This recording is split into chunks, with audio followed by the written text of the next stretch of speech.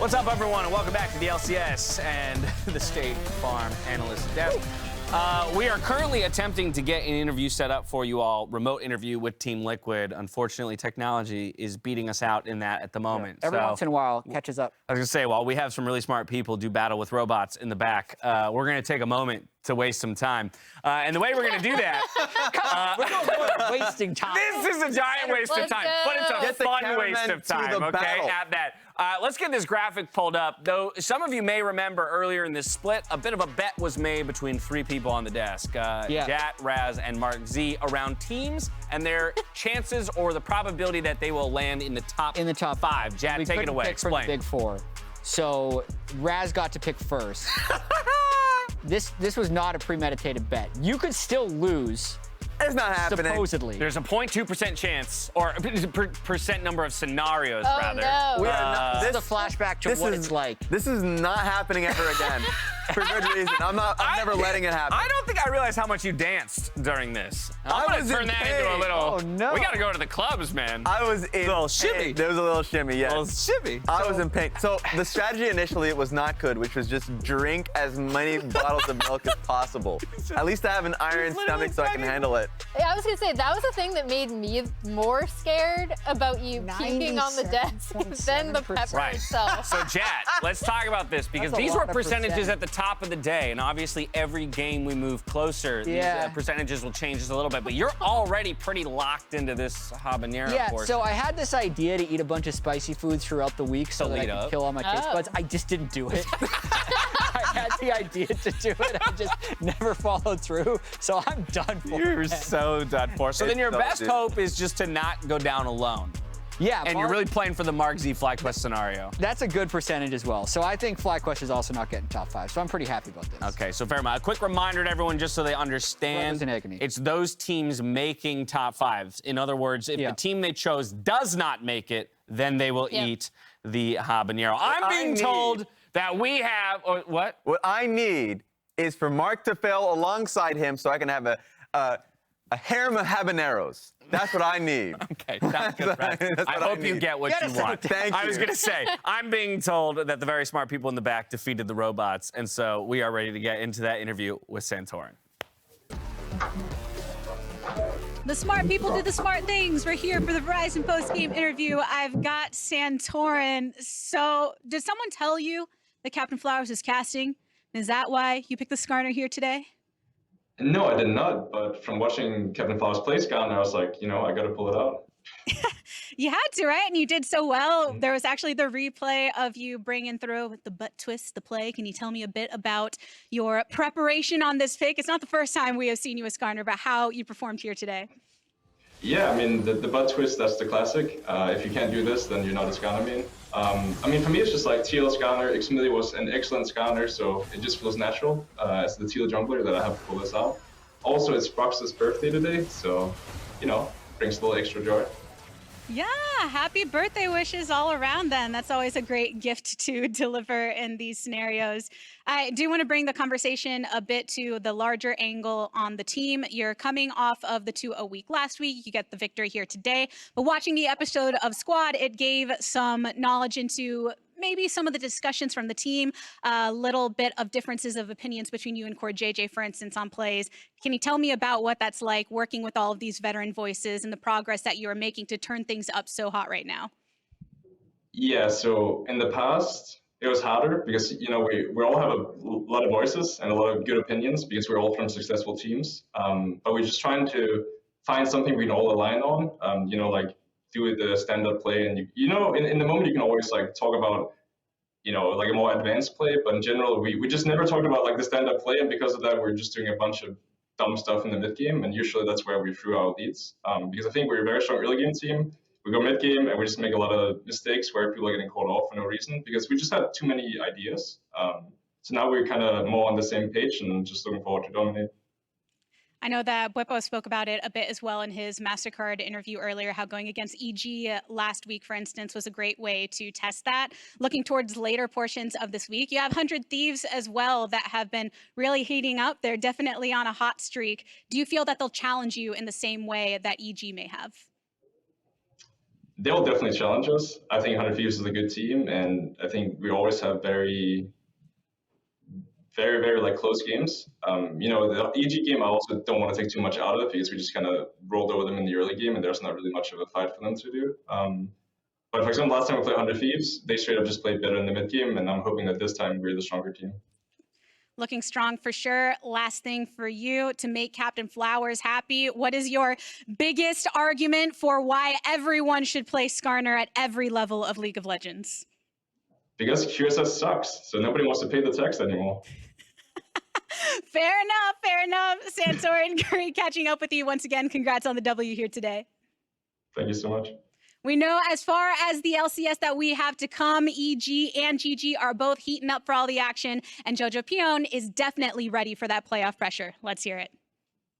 I don't really mind. I kind of like the pressure. It makes the games more fun to play for me. So I feel like since people are expecting so highly of us now, then it kind of makes it more exciting because, I'm going to get more backlash, or the team will get more backlash or more praise or whatever. So, it makes the games more fun, I think. Welcome back to the State Farm Analyst Desk. Jojo says he likes the pressure. Well, he likes the pressure. He's got it now. After dropping some games last week, they're no longer in sole possession of first place. This EG roster is obviously still squarely in playoff position, but I'd have to argue that things are definitely heating up now, Jat, that they've taken a loss and have felt that punch to the gut. So one thing I will say about this game, and Raz, let me know if you agree. I'm ready. EG was scrimming. Like, in their minds, this was a scrim because they ran it down top lane. Like, this definitely feels like one of those games where after 11 minutes, the team types GG and wants to go next. But because it was an official match, they had to play the end of it. So they just had to play it out. My question that I have to the rest of you is, like, how much do you count this against GG? I actually don't count this that much because of the circumstance of them playing for home, and I've just seen that type of game in scrims so many times. Yeah, I don't count it as much. Obviously, that will change if suddenly this week they also look like really, really shaky. Yeah. That was a very straightforward game, though, and obviously they had just found out that they had to play from home, and that was really frustrating. Yeah. So I'm like, they get this one. I'm not super worried about EG, and go next. Yeah, it's not a concerning mark for EG, but it is at least for their own individual play. It's only concerning to them because Team Liquid's getting better, 100 Thieves is getting better, and it's closing into playoffs. So these matches are just more of a contention. Like, Evil Genius has lost 100 Thieves and Team Liquid running into playoffs. Right. So, that's something that I'm concerned for them for. I think the level of play will just be back to what they have been doing all split long. So we won't see that level of play in that specific game. But still, now TL and 100 Thieves are on your tail. That's why it's concerning. I was gonna say, I am concerned, but I like the idea of couching the concern to the secondary week, right? Because there is that. If they bounce back 3-0 this week and look good, I think then it's very easy to call it a blip on the radar versus we're establishing a pattern at this point. But I definitely am always concerned if I'm at the top. True. And people start to be making gains, right? Yeah, exactly. And it seems that these other teams are making gains. Now, they enter into this week still totally in control, of their destiny, in the sense that as long as they pick up three games, they've gotten done what they've gotten done. They got to get it done today against Golden Guardians, which over the week have once again given us exactly a new piece of news. And we've come full circle into Ablazeolive stepping back as well alongside Olleh and Stixxay in the bot lane. Yeah, I've always kind of expected this to be the lineup they'll come back to. I'm just trying to see how well Leader could do with how well he was performing in his first week in Academy. And so I just want to see how Golden Guardians, how far they can go with River and Ablazeolive as their mid jungle. We really haven't gotten to see it this much. I'm hoping that the scrim period that they've had was actually fruitful and that they can progress, because they are in real danger of not making into playoffs with such a big move as the acquisition of River. That's a big thing I'm super curious about, is like, how much time have they had to scrim together? Because without the changes, they would have had this lineup for now a total of like 2.5 weeks practicing together. And now I assume they were splitting practice time. How does he have an 8-year-old black belt? Like, that was such a fraudulent black belt. I was gonna say, I'm glad you brought it up. I got when I was 8. That's not real. Because I was gonna bring it up. Can you? I guess technically, if you're good enough, you could. I'm just amazed that that you could do that. You could do that legitimately. Oh, I like this idea. 8-year-old to Ablazeolive. He's not going to win. He's going to beat you. You as an adult or you as an 8-year-old? No, him as an 8-year-old to black belt. No, him as an 8-year-old. But you also have to be an 8-year-old, or is it you as an adult? No, he can. Because an 8-year-old black belt he can just slap you should beat a 30, 34, 30. Yeah, 35. 35-year-old more details on gamer. Black belt. It's fraudulent, man. I don't know about that. Now I would love to go back in time just to watch his 8-year-old smack you. He might have a black belt off the Rift. The question is whether or not he's got one on the Rift and can hand EG and Jojopyun another loss today. The teams are ready. We're going back over to Captain Flowers and Azael to get ourselves into game 2 of the day. EG versus Golden Guardians. You know what? It took me 5.5 years to get my black belt. So as long as he started when he was 2.5 years old, you know, he's good to go. Yeah. Today I learned. Yeah. But it took 5.5 years. So that means as long as you start when you're 2.5. So if we go like walk down some sketchy alley and someone tries to, mug us, you're just gonna like. Why are we setting up for this situation? I don't know. Why don't we we just cool not to go see down you do some alley? some sweet karate moves, Yes. All right, let's go just aggro some random people trying to rob us. Gotta put it to the test, see if it's legit. We're limit testing IRL now. Yeah. All right. Well, what are you gonna add to the fight? I'll record it. Okay. All right. Isaac's going to stand back and yell, I'll be the cheerleader. You got him. Yeah. All right. Well, we got a different fight on our hands now. We got EG going up against the Golden Guardians. I talked last game about how, hey, Dig really had to be ready because Team Liquid is a cut above. EG, definitely a cut above Golden Guardians. They're going to have to pull out something wild here. All I want is a ratio from Vulcan. You're probably going to get one. Not a day goes by where it's not ratio someone, it seems like, these days. The draft, we're going to be getting through this pretty quick here. Excited to see what they are going to be bringing out, if there's any sort of spicy picks. We're getting down to the brass tacks, the very end of the regular season here. Golden Guardians yet to win a game with River.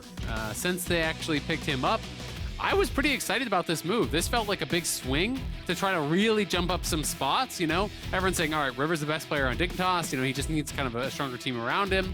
At that point, Golden Guardians were 4-7. So you're thinking, hey, maybe this can make them like a 50-50 team. Right? But it's only been L's since then. It is going to be the Wukong, though, for River here, first pick. We'll have to see if he can get anything done on this. Golden Guardians obviously making a lot of roster swaps around him. It's not just on River or anything like that. They did bring in some Academy guys. They are now back to the original LCS guys. As the guys on the desk were talking about, it means it's split practice, so I'm going to be interested to see how they can perform here today. I do believe it was one of River's games that I watched the other night in Champions Queue where he ended up 14-0-5 or something absurd on Wukong. So definitely has the potential to carry the game, but we'll see how well it works out. The draft is moving along lightning quick. And speaking of lightning and fast, it's everybody's favorite pentakiller, or based on some of the comments I've been reading on the internet lately, everybody's least favorite pentakiller. Zeri's locked in for EG. They've got the Azir in there as well. Again, both these are so super popular right now. This is no surprise. And honestly, the answers per role coming out from Golden Guardians aren't surprising either. Sivir and Ahri also at the top of the table. Yep, absolutely. Not going to have total parity, though. As Sejuani comes through, you are expecting that to go up towards top. So there's the opportunity for Golden Guardians to ban out some junglers here, potentially. Try to limit what Inspired could play. Inspired has been so good on the Poppy lately. It's so good on everything. And that's obviously already taken out. He is just good generically, true. But, they are going to be able to try to target him a little bit more, see if they can knock him down a bit here. EG on the other side, of course, they already have their top laner, so they could target Licorice a little bit. Right. Licorice has been, I would say, one of the guys who is pretty flexible up in top lane. He has played quite a bit of Sejuani, but then a number of different style carries, and he had the Kale game. He's had Fiora, Gwen, Relia, so he is willing to play quite a lot of different stuff. I'm just not sure what he would want to play, into this Sejuani. Like, if he would actually be willing to go full scaling towards something like a Kale, playing that into a tank matchup can be pretty comfortable. If you're willing to go full on late game with the Sivir, but that would mean they're very light on engage, so it would be a lot on Olleh to really try to get that done. And as we're talking about a lot on Olleh, 2 engaged supports in Alistar and Nautilus banned away, one by either side. And then you already mentioned the Ornn, and Trundle is the last ban of the draft coming out from Golden Guardians, which leads me to believe they had to be thinking that EG would pick it as number 4, because otherwise you love to take Trundle into Sejuani yourself. Well, and I also think it means that they're going to go a tank top. Right? Because if you're going to go a tank top here for Licorice, you don't want Trundle to be there to really be able to use that ultimate. Like, if you're going to go tank, you never want to allow Trundle through. It's so dangerous, especially when jungle has not yet been picked. Lulu to buff up the Zeri here. Really a lot of scaling on the EG side. Like this is 4 scaling picks, right? Yeah. Like you have a super frontliner, you have hyperscalers with the Zeri Lulu, as well as the Azir here. I have to find out exactly where Licorice wants to go. If it is a tank, it would be something new because he's really only played Gnar as well as the Sejuani. You know, Sejuani is his only true tank.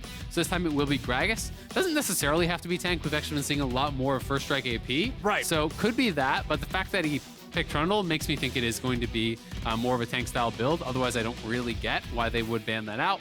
Engage here from support does make a lot of sense. We saw this pairing actually last game as well with poor JJ, you know, bringing out that Rakan for TL. So this would give them the ability to try to get onto some of these backliners. You do need hard engage when you're playing against Azir and Zeri. You cannot just kind of slowly walk towards them. You've got to lock these champions down, burst them down. If you can find that initial Rakan engage, follow up with the Gragas is very powerful. Vice versa, it works either way as well. And now, last pick we are just waiting for here from Inspired. It is going to be Viego getting locked in. Yeah, we minimized the graphic a little bit early there, but producers got in our ear, confirmed for us that Viego is the final pick of the draft there. So, again, another champion that scales powerfully into the late game. Evil Geniuses will be very comfortable if this one goes long, but honestly, whenever we get into a game like this where it looks very mismatched based on the standings, I'm not looking at this like, oh, who's going to win? Most people are going to expect EG to win this. Yeah. I look at it as, how will EG win? I want to be convinced. I want to see an avalanche. If they play slow, get a couple of kills, it looks sloppy, and they win at 45 minutes, that's not even a win in my book with playoffs coming up. Yeah, absolutely. I mean, if you're trying to judge that based on the standards of being the best team in the league, for sure I agree with you, right? And I think a lot of people are saying, oh, maybe EG's not so good. You know, they lost the TL last week in a very convincing manner. I am not really that concerned about the one loss to TL. They got very far behind early. They tried to make plays, and generally when you make plays from behind, you're going to keep dying, right? Those games do happen. EG likes to play that aggressive skirmish style.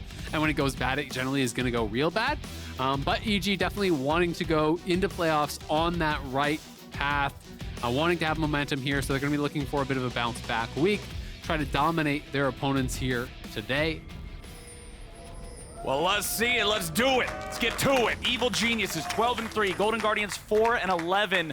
For those of y'all that weren't here during the draft, during the pre-game conversations, Isaac told us they haven't yet won a game with River. They really would like to turn that around. This is one of those squads. The desk was talking at the top of the day about how you've kind of got this melee at the bottom of the standings with TSM, with Immortals, with Golden Guardians, with Dignitas. Like a bunch of these teams are close to each other, and they can very easily miss the postseason. Yeah, I mean, to miss playoffs after making a big roster acquisition like River would be pretty devastating. And even just to build confidence, you need to get some wins in here, right? It can get really tough. Like, people talk a lot about the honeymoon phase after you make a roster swap. Like, you can kind of get that boost of happiness, of adrenaline. Everyone says, hey, you know, anything's possible. Like, maybe we can really turn this around. Maybe this is the change. Exactly. When you start to stack up those losses, though, that can get really kind of rough very, very quickly. It can kind of hurt the mental of the team. So I do think it's super important that they get their first win in here. That they really start to turn things around and build a little bit of momentum here if they want to have a chance in playoffs. But it's so hard when you're up against the #1 team, when you're up against a squad that has just been straight up better the entire split. Golden Guardians have their work cut out for them. Let's see where junglers are going to start. Looks like red and red, so they'll be pathing to opposite sides. Are we expecting any real early action here? We talked so much about Team Liquid, or not Team Liquid, excuse me. I think scaling, I think TL. We talked so much about Evil Genius's scaling potential in this game. Do we feel like we're going to get those early scraps, or are they going to be content just to pump the brakes a little? I mean, I don't think, you know, based on the lanes, like, it doesn't feel like anyone's really calling for a lot of ganks. You know, top lane does have a lot of gank assists, but it's against some very tanky targets, so I'm not expecting there to be a ton of action. I'm expecting mostly just full clears, see if there's any sort of opportunity. If one of the lanes really starts scrapping hard and gets low HP, then you can really start to look for that. Inspired looking like he's going cross map. Is this going to be like an invade on red? Does he have a wrong read on what's actually happening here? Because Raptors is gone and red is gone. So I think he made the wrong read. I think he thought Wukong was clearing from top towards bot. He's going to go down for Krugs now, which would be getting him to level 3, but now he has to wait for the minions to go by. He's actually waiting for these minions to pass there so that he's not spotted as he wraps around. So he's going to do Krugs. Is he going to actually try to pull off some sort of a dive here with the still level 1? I don't think he can go for it while he's level 2, so he needs to get 3. But Stixxay and them should be able to access the wave enough. I mean, Vulcan and Danny did zone them off the wave very heavily, But Stixxay is now 2. Olleh should be getting 2 here very shortly. Inspired's 3, so they're going to try to dive. Okay, he throws out the Herald Path. Let's see if they can get the damage. Stixxay trying to get away, but his first blood back over to the Golden Guardians. Evil Geniuses messes it up. Stixxay is running to the wrong turret. He'll die to the blasts from that. Who gets it, though? But is anyone? Is it next to you? Vulcan. Okay. Vulcan will end up, honestly, that's about as good as it can go for Golden Guardians. They end up getting the outplay. They end up getting the first blood, and the kill for their opponents goes back to the support. So, to me, now the X factor is how far ahead does River get? Because it's first blood does go to Olleh, but like, who cares? It's on support. So both supports get a kill. But the problem is Stixxay loses all of that farm, right? And Zeri's actually going to be able to push in one more wave here as well. So once we get away from the dive, we can actually see how much of a CS advantage it is. Because I'm guessing it's going to be like at least probably 2 full waves for Danny. River will be stealing away some of these camps, of course. So Inspired is going to pay a price for this. And I'm curious to see what else they can get done. That felt like a dive that was almost calculated with heal in the equation. But of course, Danny is playing cleanse, and Vulcan just tanked up too many tower shots, right? Like, he needed to back out early. Unless his read was, I'm dead either way, I must take a death here for us to make this happen. Right. Well, it ends up being around equal goals. Look at the farm, though. Still, yeah, and you called it. You said at least 2 waves. Right now, it's sitting on more than 3. So it's like, who cares, right? The gold is even because Olleh has a lot of gold. When you compare the gold between the 2 marksmen, Danny is 300 gold up. He's a full kill up in just farm, right? And that's not even to mention the experience that Stixxay is going to be down. Danny is a little bit over 4, so he's a full level ahead. Stixxay is about approximately into 3, as much as Danny is into level 4. So you give another 400 gold advantage from just stats from the level, plus the 300 gold so advantage that he has from straight up farm. And now you're thinking that dive that looked pretty silly is actually really, really good. And that's one of those things that I always enjoy talking about when we see it in a game of League of Legends. Yeah. Because it's one of those situations for a lot of players, you know, you have a situation like that happen, you're like, wait, why do I feel so weak? Why do I feel so behind? If we outplayed their dive 2v3, so many other factors, wave state, experience, the consequences that happen afterwards can outweigh that direct impact. Absolutely. I mean, top lane, when I started playing top lane a lot, that hammered that home more than anything else, because you can have a play where, you know, your jungler comes, you get the gank, you get the kill, your jungler gets the kill, and you actually feel like you're behind because the wave is maybe messed up, and their jungler comes and you have to leave and it's frozen, things like this, right? Or you trade kills and the wave state is really bad. Can really be devastating, especially up in top lane, but obviously down there in bot as well. Danny takes the early reset, so he's going to be out there with full Zerker Greaves.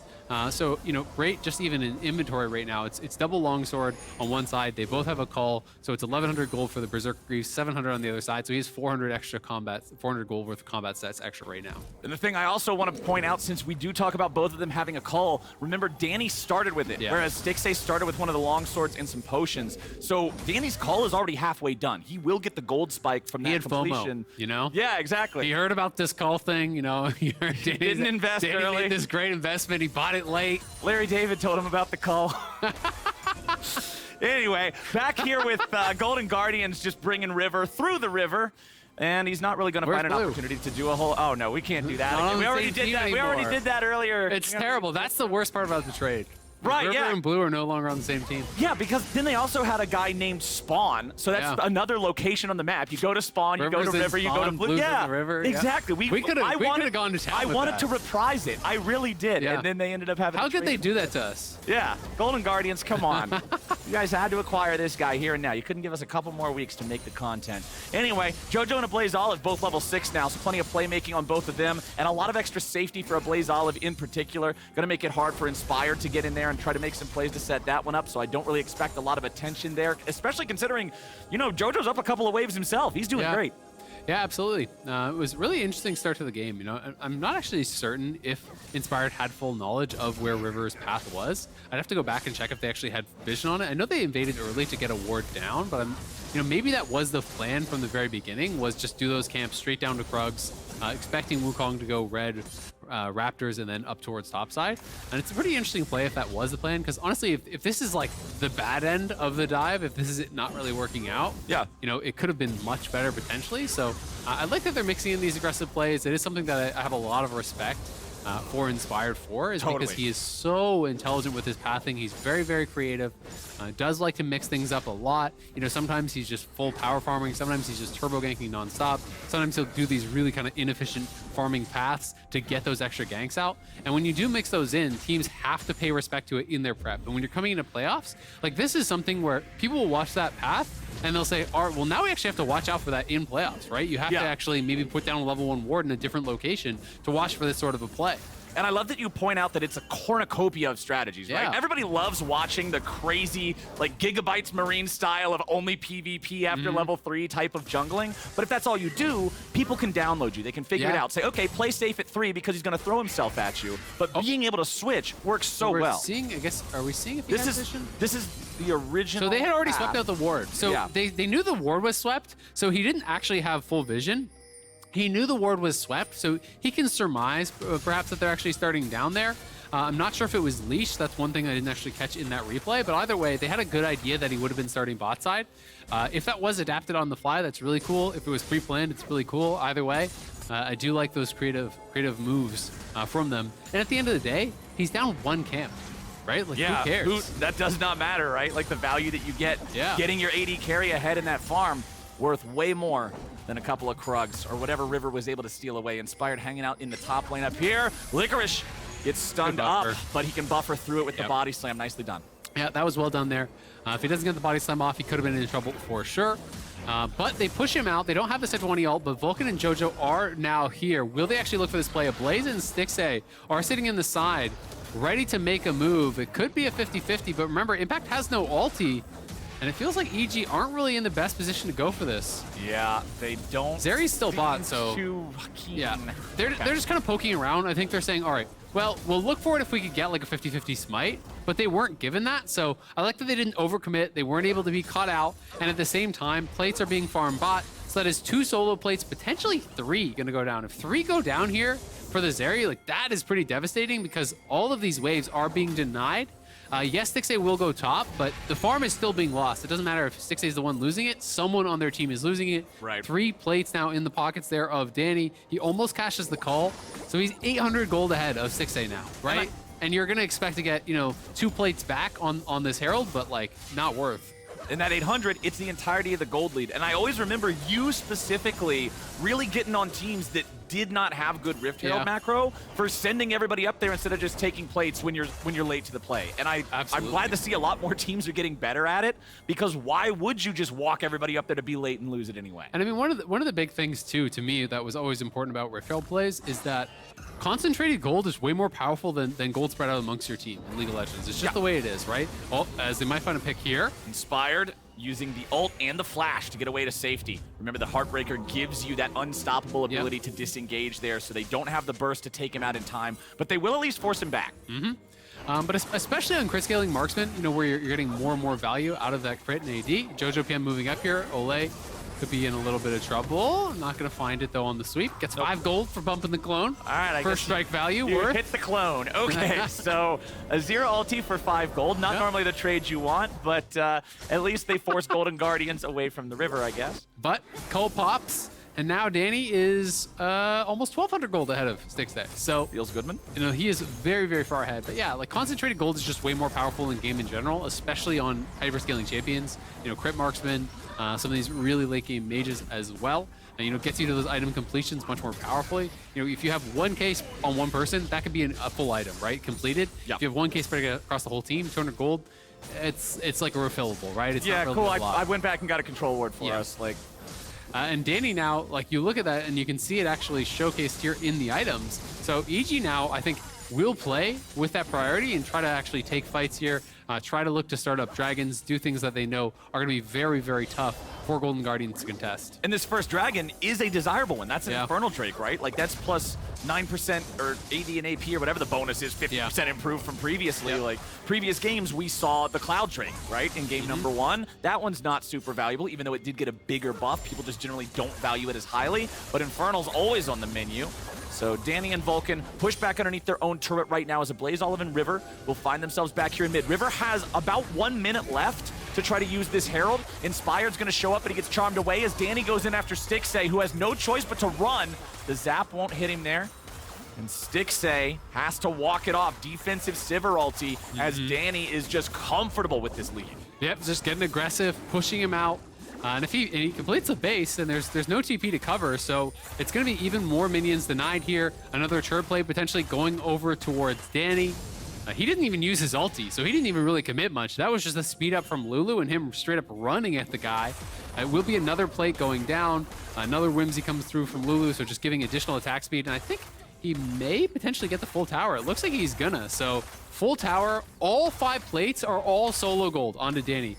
Oh, you gotta get around the minions there, bud. Uh-oh. Oh my god. Oh my god. What the hell was that? Danny, what are you doing? Come on. Danny giveth and Danny taketh. On one hand, you get the Jinx Penta. On the other hand, you get die, turret, die. That's not what he was hoping for. Who put those minions there?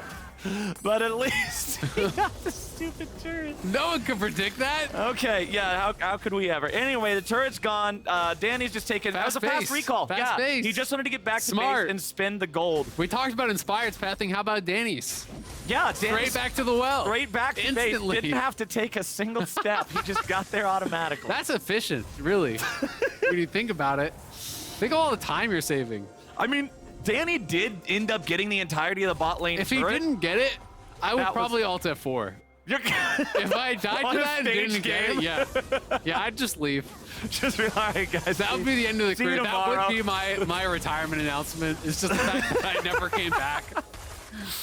But he got it, so it's worth it. He got it, and the Herald that was originally taken from Golden Guardians that set him up to be able to take it, they let the timer run down so low on it, it's not like Golden Guardians was ever able to really make a coherent play with it. Yep. So I believe they just dropped it, tried to grab 2 plates, and that's it. Like, EG got way higher value. Danny is 2K up on Stixxay. Like, the lead is just getting worse and worse, right? He's farming very well. He got all 5 plates plus solo turret gold there on that bot side.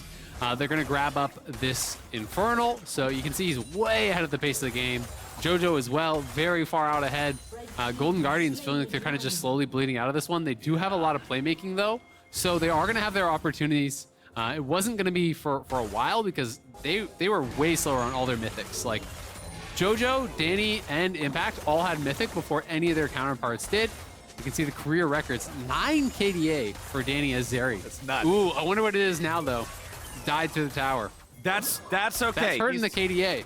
He'll be fine. I'm sure his 9.07 KDA, if it's sitting like at 8.9 or whatever now. Just not as cool, though. That's true. He needs to get it back over a 9. We're going to need He needs a pension. Yeah, just drop another things out.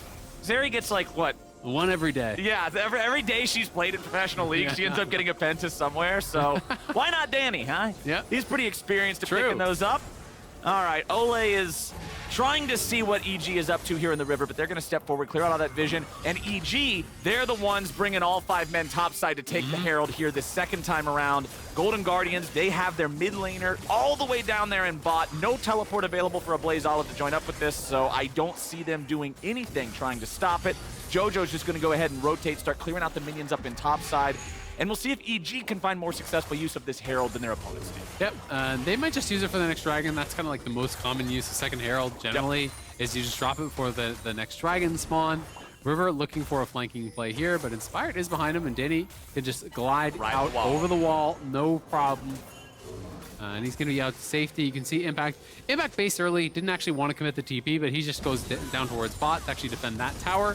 So Ablaze will get a little bit of damage, but not going to be able to actually threaten that turret by any means. But really, I mean, you can just see the kind of advantages across the board, right? Like, you look at all 3 of the lanes, there's significant farm advantages across the board here, right? You know, it's nearly 20 in top. You know, it's about 25 in mid there. It's 20 in bot. You know, that is just really, really large advantages through what has been an otherwise pretty passive game. So EG just kind of outplaying their opponents across the board here, you know, creating those leads.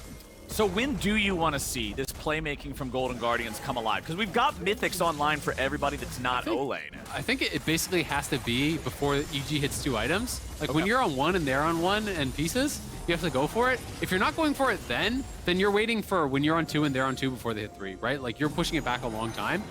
Because I don't think you ever want to fight when they're up a full completed item, or you're just in such a rough spot. Like, you have to have the perfect fight and it has to go really bad for them to win.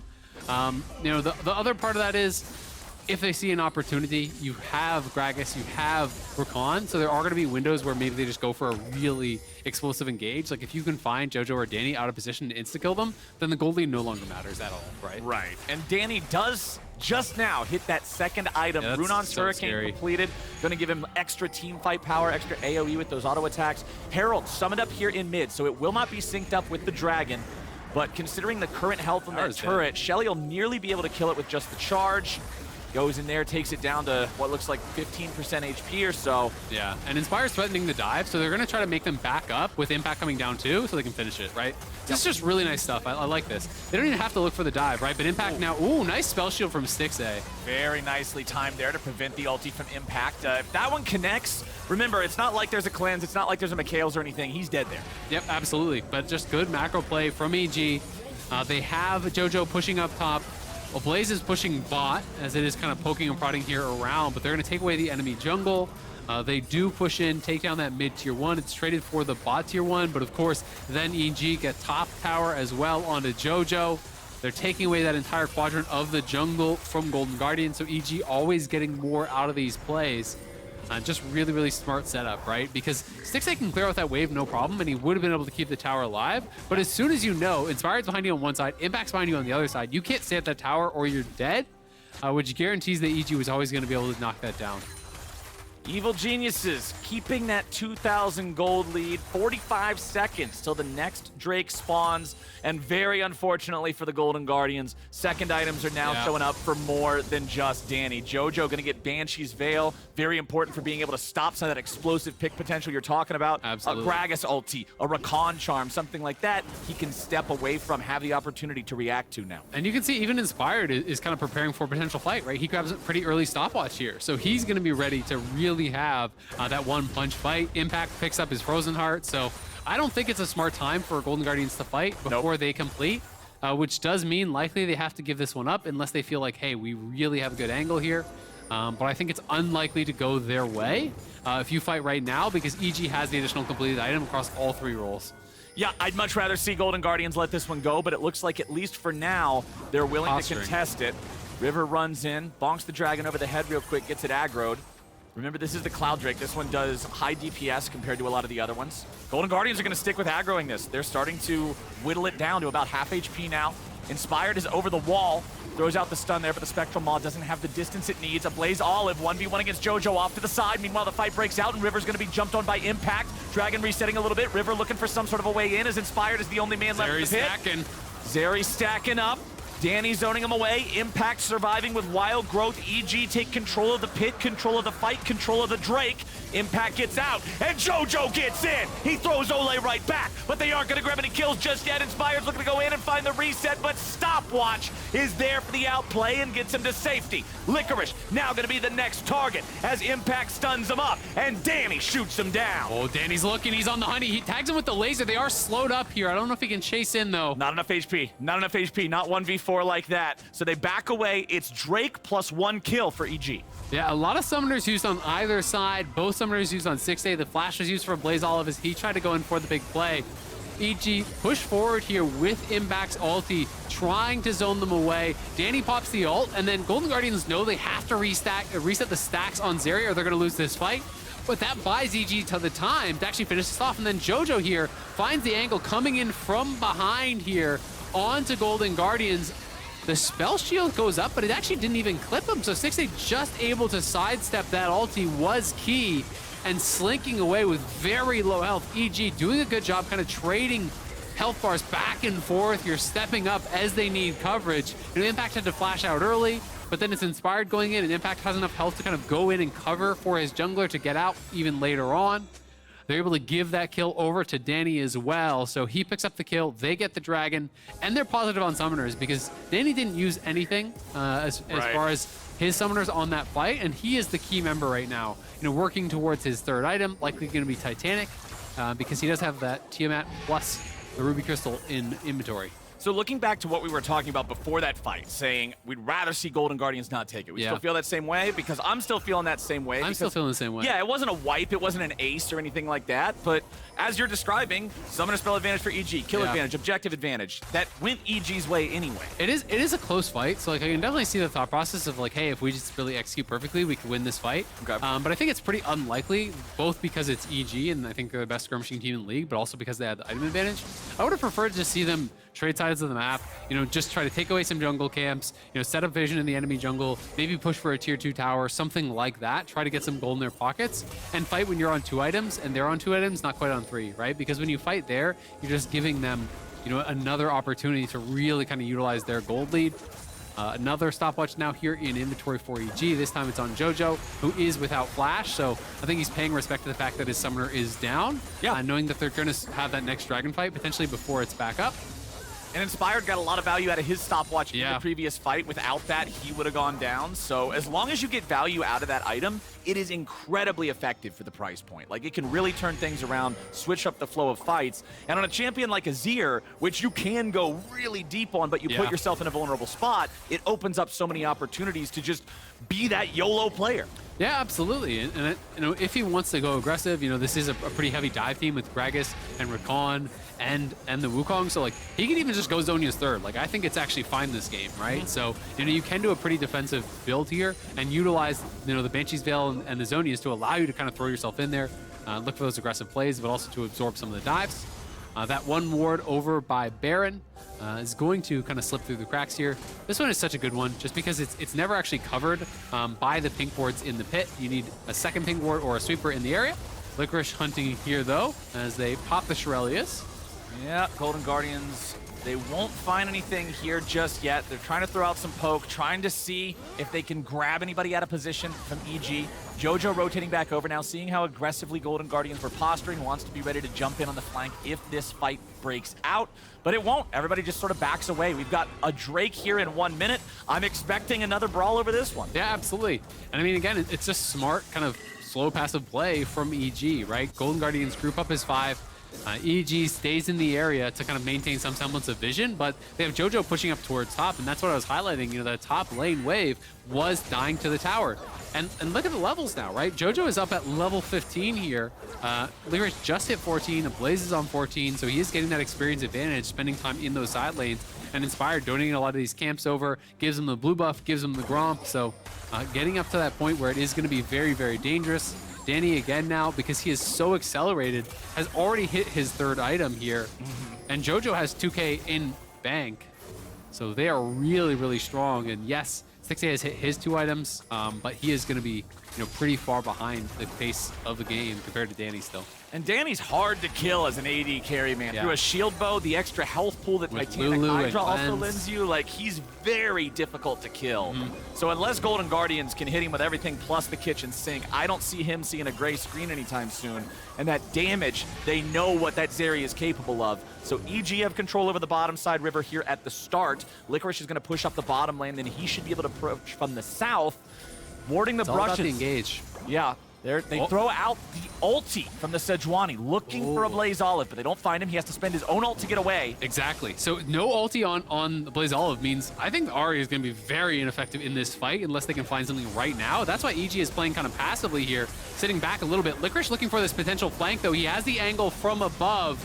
But Ablaze getting really low. Ablaze could be in trouble. Jojo's gonna go golden here immediately. Now as Golden Guardians look for their angle. Impact soaking damage here in the front, but River grabs the kill back into Jojopyun. Golden Guardians have won the fight so far, but they gotta be careful for Danny. He's ready to go with Runan's Hurricane locked and loaded. He takes out Olleh, and he turns his attention over to River. Now he'll look for Licorice following up. Won't quite find the damage just yet. Stixxay's getting one back on the charm! And the charm!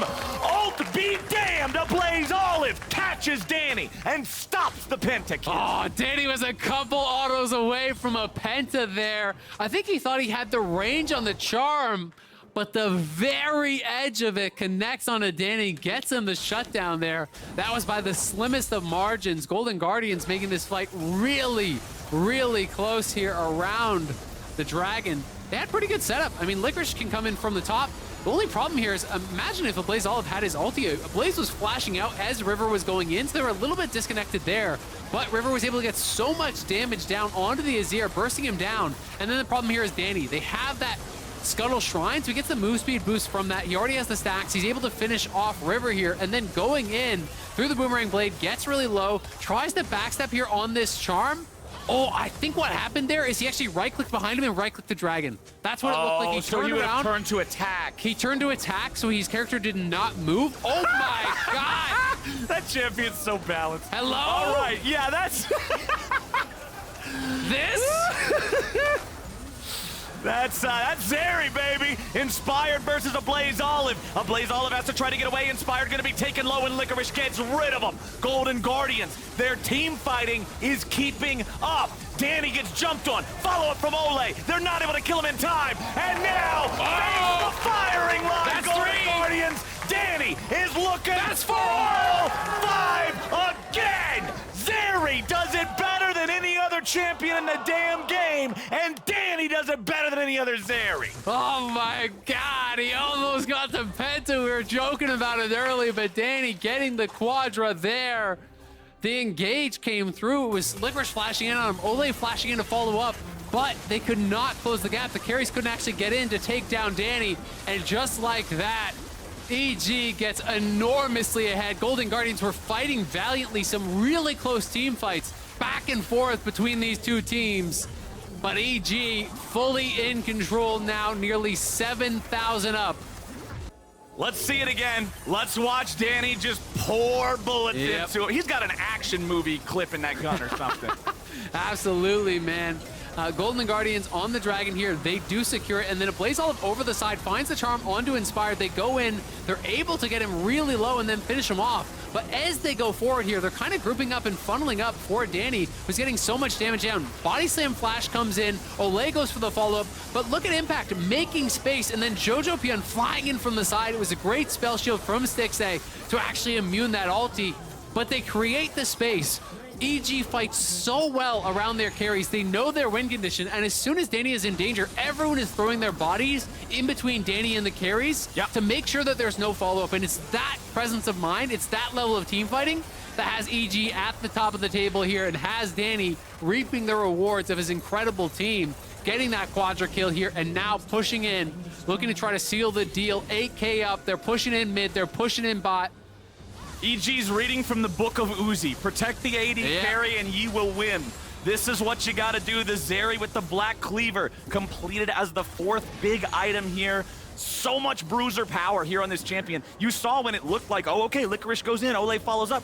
They just don't have any burst to take him out. Because the carries get pushed out, right? It's because Impact flies in, Jojo flies in. They know as soon as those flash engages are used on Danny, what do the carries want to do? Stixxay and Ablaze all want to close the gap here and try to get raided on Danny. So that makes them vulnerable to Impact. That makes them vulnerable to Jojopyun flying in. And they have to kite back. You can't walk through the Sejuani and the Azir to get to Danny. You'll just die, which means they create that space. And EG uses their health bar so incredibly well. You know, Impact and Inspired, you know, trading out their lives at times, really protecting their carries incredibly well. It's one of those things that I think is so fun to watch. Team fighting on a tank, like everyone loves to make fun of tanks and talk about how simple they are, but team fighting and knowing your limits is such a skill at the highest level. You know, being able to know exactly how much you can take, you know, whether you should be engaging or peeling or how to really play out those fights, and EG has a couple of guys who are absolute masters at it. Evil Geniuses with a 9,000 gold lead with Baron for another 30 seconds. I would expect him to want to really force down this tier 3 turret as River goes in and looks for Danny, but he's already Wild Growth. Impact going to be the target now as Golden Guardians kill off the enemy top laner, but they trade Olleh for it. 1 for 1. Danny's still alive. Ablazeolive's got to be careful here eating those shots as the next wave's about to collide. 15 seconds left. They have enough time to get the turret here with this wave. Absolutely. They're pushing in for this turret. That one's going to be gone. You can see Ablaze is healing up, but he has no ulti, so he's not threatened. Danny knows there's no ult on the Gragas. They can't actually look for any sort of engagement. He just walks forward. He kills him in the well. Care. He just doesn't care. He knows they can't do anything to him. CC or not, It ends up just baiting him in. Stixxay dies. Evil Genius is 4v3, just looking to end the game right now. They have taken their time long enough. River, Ablazeolive, Licorice, Olleh, they gotta try to defend somehow. Jojo's gonna go in, Jojo's gonna swoop Ablazeolive right back towards Evil Geniuses. Inspired's not gonna have any of this. They're going for the Nexus. They'll let Danny pack the stats a little more. He's dominating, he's looking for more. There's another double, might as well make it look nice. 12-6, EG get the win. Nowhere is safe for Golden Guardians, not even the well. Danny knocks him down, and Stixxay is floating to the bottom of the river there. What champions are worth banning more than Zeri against Evil Geniuses? Jinx, maybe? I heard he has a pretty good Jinx, too. I don't know, man. This Zeri, out of control. The rest of the team playing around it, enabling it. Danny just getting a lead, even though, yeah, him and his lane mate, him and Vulcan are both dead at level 2, coming out from that dive that they had, right? Doesn't matter. The aftermath of the situation favors them. It gets to team fights, and Zeri's just... Yep.